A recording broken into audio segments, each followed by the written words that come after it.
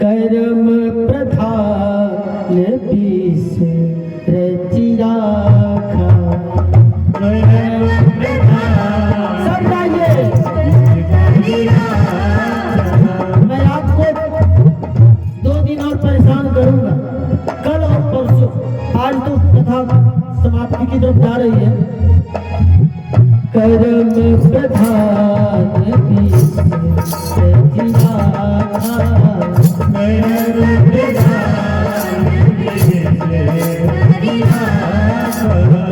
जो जस करई सो तस फल पावा। जो जस करई सो तस फल पावा। जो जस करई सो तस फल पावा।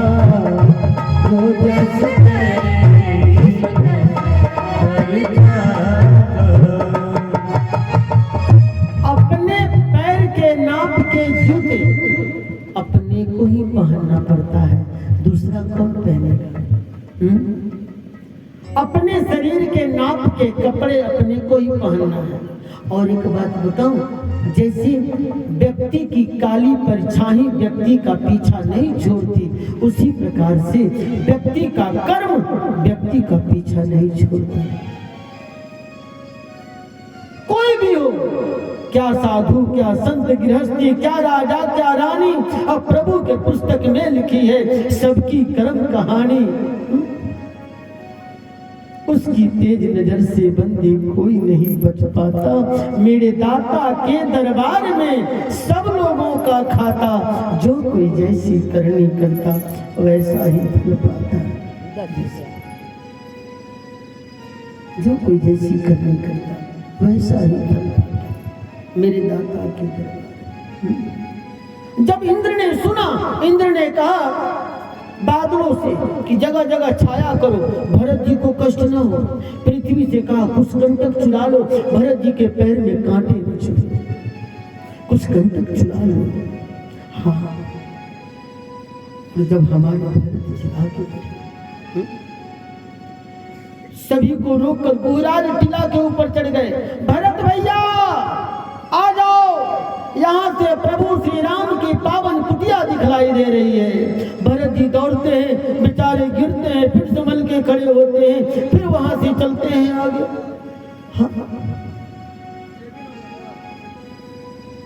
मालूम है, वहां देखा भरत जी ने अपनी आंखों से मंदाकिनी की कलकल धारा बह रही है और कलकल धारा के निकट प्रभु श्री राम की पावन कुटिया। हाथ जोड़कर प्रणाम किया, दंडवत किया। प्रभु, मेरी वजह से आपको इतना कष्ट, इतनी पीड़ा, क्षमा करना प्रभु। भरत जी आए, अपनी माँ को, गुरुदेव को, सभी को समझाया। मेरे भरत जी ने, हाँ, सभी को समझाया भरत जी ने। आप लोग यहाँ विश्राम करें, वहाँ रहने की व्यवस्था होगी तो मैं आकर आपको बोलूं। और वहां से भरत जी दंडवत करते हुए जाते हैं। दंडवत का अर्थ होता है डंडे के समान पड़ जाना, दंडवत करते हैं। आप लोगों ने दंडवती परिक्रमा देखी होगी। कुछ लोग चित्रकूट में कामदगिरी की दंडवती, एक हाथ में लकड़ी लिए रहते हैं, या तुलसी की मतलब लकड़ी को, और दंडवत करते हैं। वहां लकीर खींच देते हैं, फिर उठ के खड़े होते, फिर वहां गए, वहां से पुनः दंडवत किया, फिर लकीर खींची। इसे कहते हैं दंडवती परिक्रमा। बड़ी ही कठिन परिक्रमा होती है, कठिन तपस्या होती है।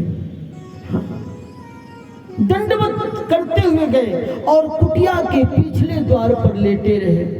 राम जी देख रहे, लेकिन राम जी सोच रहे कि लक्ष्मण कुछ बोले, क्योंकि इसके पहले लखन लाल जी कुछ अपशब्द बोल गए। लक्ष्मण जी को जब मालूम हुआ कि भरत भैया चतुरंगिनी सेना लेके आ रहे, तो लखन लाल जी ने राम जी से कहा, प्रभु, भरत जी को मालूम नहीं कि राम के साथ लक्ष्मण भी गया है। जैसे छोटे छोटे तीतर पक्षी को बाघ मार डालता है, मैं भरत शत्रुघ्न को मारकर गिरा दूंगा। आकाशवाणी हुई, लक्ष्मण जी, लखन लाल जी, आपकी भुजा में अपार बल है, अपार शक्ति है, लेकिन भरत जी युद्ध करने नहीं, वो राम जी को मनाने आ रहे हैं।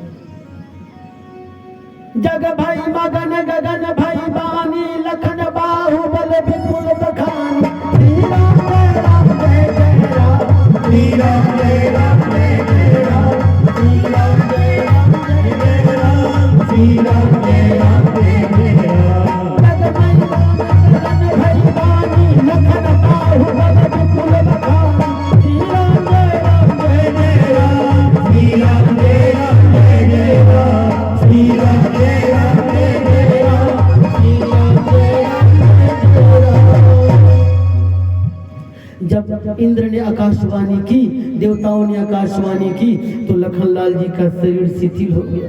लगता है भरत मेरे राम जी नाराज हो गए। और बाद में राम जी ने समझाया, लक्ष्मण भरत न होई राजमद विधि हरि हर पद पाए। ब्रह्मा विष्णु सिंह का पद भी भरत जी को दे दिया जाए तो राज्य का अहंकार उसे नहीं मिल सकता। समझ गए ना लक्ष्मण? मीठी उलाहना राम जी ने लक्ष्मण को दिया। आज राम जी चाहते हैं कि लक्ष्मण के मन में भरत के प्रति प्रेम जगा है या नहीं, वो देखना चाहते हैं। गुरुराज ने कहा कि राम जी उधर है, आप दरवाजा कुटिया के पिछले द्वार पे। जब तक राम जी आकर के मुझे नहीं उठाएंगे, अपने हृदय से नहीं लगाएंगे, मैं नहीं जाने वाला, मैं पापी हूं। और लखनलाल जी ने देखा और बोल दिया, प्रभु भरत भैया आए हैं। इतना शब्द सुनते ही आज राम जी दौड़े। उठे राम सुनी प्रेम अधीरा, उठे राम सुनी प्रेम अधीरा, बहु पद कहु निसंग धीरा, बहु पद कहु निसंग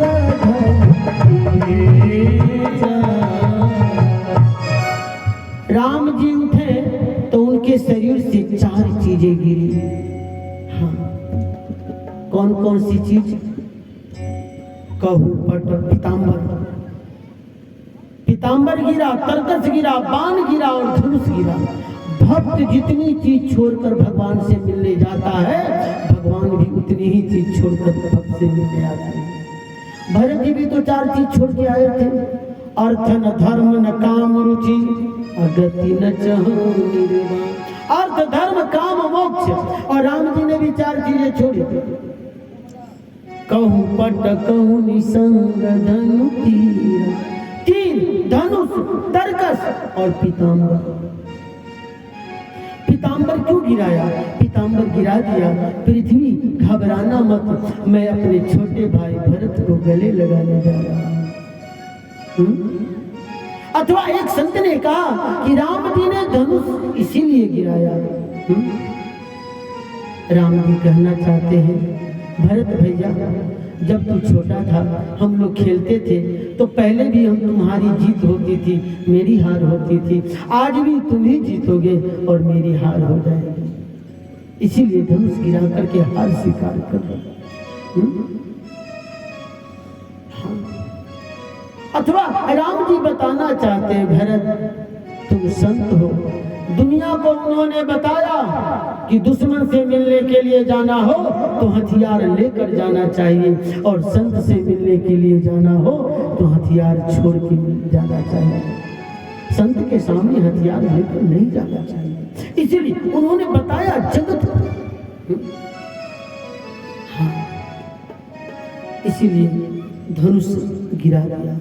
एक संत ने तो कहा कि राम जी के शरीर पे जितनी भी चीजें हैं सब चैतन्य है। तो धनुष ने सोचा, इतनी देर से बेचारे भरत जी राम जी के चरण रज में लौट रहे हैं, जरा मैं भी तो देखूं कि चरण रज में लेटने का क्या मजा है। तो राम जी जो ही अपना चरण उठाए तो धनुष गिर गया और चरण रज पे लगा लौटने। चरण चिन्ह बना, वहां धनुष गिर गया, चरण रज की प्राप्ति हो गई। कई भाव हैं इसके। और जब राम जी गए हैं, भरत भैया उठो, भरत जी ने कहा मैं नहीं उठूंगा। उठो भरत, मैं राम तुमको तुमको लेने आया हूँ। नहीं, आप जब अयोध्या से चले तो मुझे खबर क्यों नहीं दी? राम जी ने कहा, मैं निरुत्तर हूँ, मैं तुम्हारे प्रश्नों का जवाब नहीं दे सकता। उठो। पृथ्वी से राम जी ने कहा, पृथ्वी भरत जी को छोड़ दो। पृथ्वी बोली, भरत जी मेरे श्रृंगार हैं, इसको आप मत उतारिए भगवान। राम जी ने कहा, मैं तुम्हारे भार को उतारने आया हूँ। पृथ्वी कहने लगी, मेरे भार को उतार लीजिए, मेरा श्रृंगार मत उतारिए, मेरा भार उतारिए, मेरा श्रृंगार मत उतारिए भगवान। और सोचना, देखना, आज पृथ्वी की बात को सुने। भगवान ने कहा, देख पृथ्वी, इस अवतार में मैंने तुमसे कोई दक्षिणा नहीं मांगी, दक्षिणा स्वरूप में भरत को उठा रहा हूं। और ध्यान देना मेरे भाई बहन, सबसे कोमल कमला यानी लक्ष्मी, बहुत कोमल, और लक्ष्मी से भी कोमल लक्ष्मी के चरण कमल, और लक्ष्मी के चरण कमल से भी कोमल लक्ष्मी के कर कमल यानी लक्ष्मी के हाथ, लक्ष्मी के कर कमल से भी कोमल राम जी के चरण कमल, भगवान के चरण कमल। तभी तो लक्ष्मी जी चरण दबाती थी, तो राम जी कहते थे, भगवान कहते थे, लक्ष्मी दर्द हो रहा है, पीड़ा हो रही, और थोड़ा धीरे दबाओ ना। तो लक्ष्मी जी और थोड़ा धीरे धीरे और धीरे दबाओ। लक्ष्मी जी अपने हस्त कमल की परछाई से राम जी के कोमल चरणों को दबाने लगी। हाँ, आपका चरण इतना कोमल है, बड़े बड़े राक्षस को कैसे मारते होंगे, ये बात भगवान ने जान ली। लक्ष्मी जी के चिंता न करो, समय आने पर बताएंगे। और वही जब प्रहलाद को दर्शन देना हुआ, खंबा फाड़ के प्रकट हुए और नरसिंह के रूप में हिरण्यकश्यप का उद्धार किया। उस समय नरसिंह भगवान का गुस्सा कौन शांत करे? लक्ष्मी जी को भेजा गया। लक्ष्मी जी जो ही पास में गई, इतनी जोर से गर्जना की कि भागते भागते भागते भागते लक्ष्मी जी दर्शन से जा रही। सोचिए, विचार कीजिए मेरे भाई बहन, दिखा दिया ना मैं राक्षस को कैसे मारता हूँ। कोमल तो इतने हैं कि जनक जी के बगीचे में पुष्प तोड़ने के लिए जाते हैं तो चेहरे से पसीना टपकता है, लेकिन जब रावण को मारना होता है तो साक्षात काल का रूप ले लेते हैं। जरा सोचिए, विचार कीजिए मेरे भाई। हाँ, और आज लक्ष्मी के कर कमल से भी कोमल भगवान के चरण कमल, भगवान के चरण कमल से भी कोमल भगवान के कर कमल, और कोमल कोमल हाथों से उठा रहे। बर बस लिए उठाई उड़ लाए कृपा निधान। पीताम्बर क्यों गिराया था? कि भरत और राम जी के मिलने में कोई परेशानी न हो, बाधक न हो। भरत राम की मिलनी लखी, अभी सिरे सब ही अपान। भरत जी आया, माता जानकी जी के चरणों में प्रणाम किया। शत्रुघ्न जी ने राम और जानकी के चरणों में, लखन लाल जी ने भरत जी के चरणों में प्रणाम किया। माता जानकी जी की कृपा दो के ऊपर है, हनुमान जी के ऊपर और भरत जी के ऊपर। माता जानकी की साक्षात कृपा दो के ऊपर। शत्रुघ्न जी को वहां ठहरने की व्यवस्था बना दी और कहा कि हम लोग चले। शत्रुघ्न जी को छोड़ करके सब लोग चले जहाँ वशिष्ठ, कौशल्या, सुमित्रा करके अयोध्यावासी मौजूद थे। बड़ों को प्रणाम किया। माँ कौशल्या कैकेयी को हृदय से लगाया। पहले हृदय से लगाया। हृदय से क्यों लगाया? राम जी को लगा मैंने संत भरत को हृदय से लगाया है और भरत की माँ को हृदय से ना लगाऊं, ये कैसे हो सकता है? अथवा राम जी कहना चाहते हैं माँ मेरे मन की इच्छा को पूरी कर दी, वन भेज करके मेरे मन की बात को पूरी कर दी, इसलिए मैं तुम्हें हृदय से लगाता हूँ। मेरे हृदय की बात को तुमने पूरी किया तो पूरा किया, मैंने तुम्हें हृदय से लगाया। सज्जन की तरफ से 10 रुपये भगवान कल्याण करें, और एक युवक की तरफ से भी 10 रुपये आया था, और एक सज्जन की तरफ से 51 रुपये आया था। भगवान सबकी मनोकामना को पूर्ण करें। और माता जी की तरफ से भी ₹11 की मिठाई। एक माता जी की तरफ से 20 रुपये। आइए पहले बड़े भाव से हम 2 बार हरिनाम संकीर्तन भजन गाओ। आप एक छोटा सा भजन सुने, उसके पश्चात थोड़ी देर कथा चलेगी, फिर वाणी को विराम।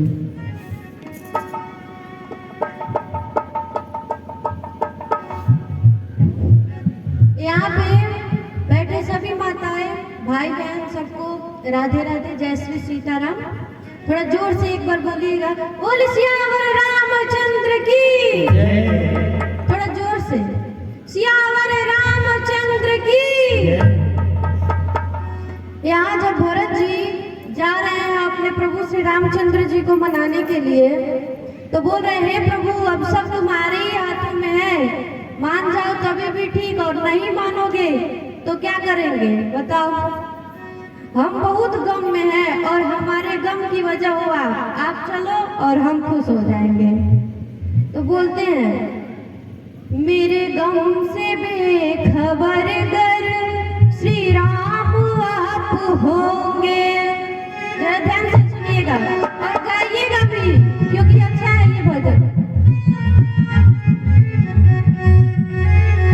मेरे गम से बेखबर गर श्री राम आप होंगे, मेरे गम से बेखबर गर श्री राम आप होंगे। बर्बाद मैं हुआ तो बदनाम आप होंगे, बर्बाद मैं हुआ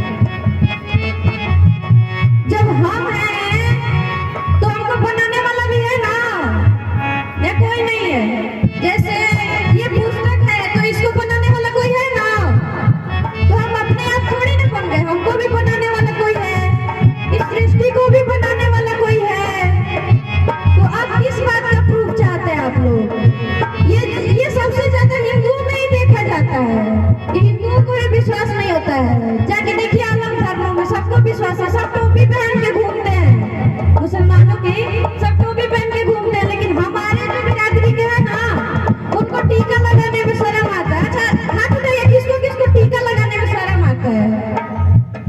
इसमें शर्म की क्या बात है? ये टीका लगाने में शर्म क्यों आता है? मुसलमानों को तो टोपी पहनने में नहीं आता है। ये हमारे अंदर देखा जाता है सारा। विश्वास करिए।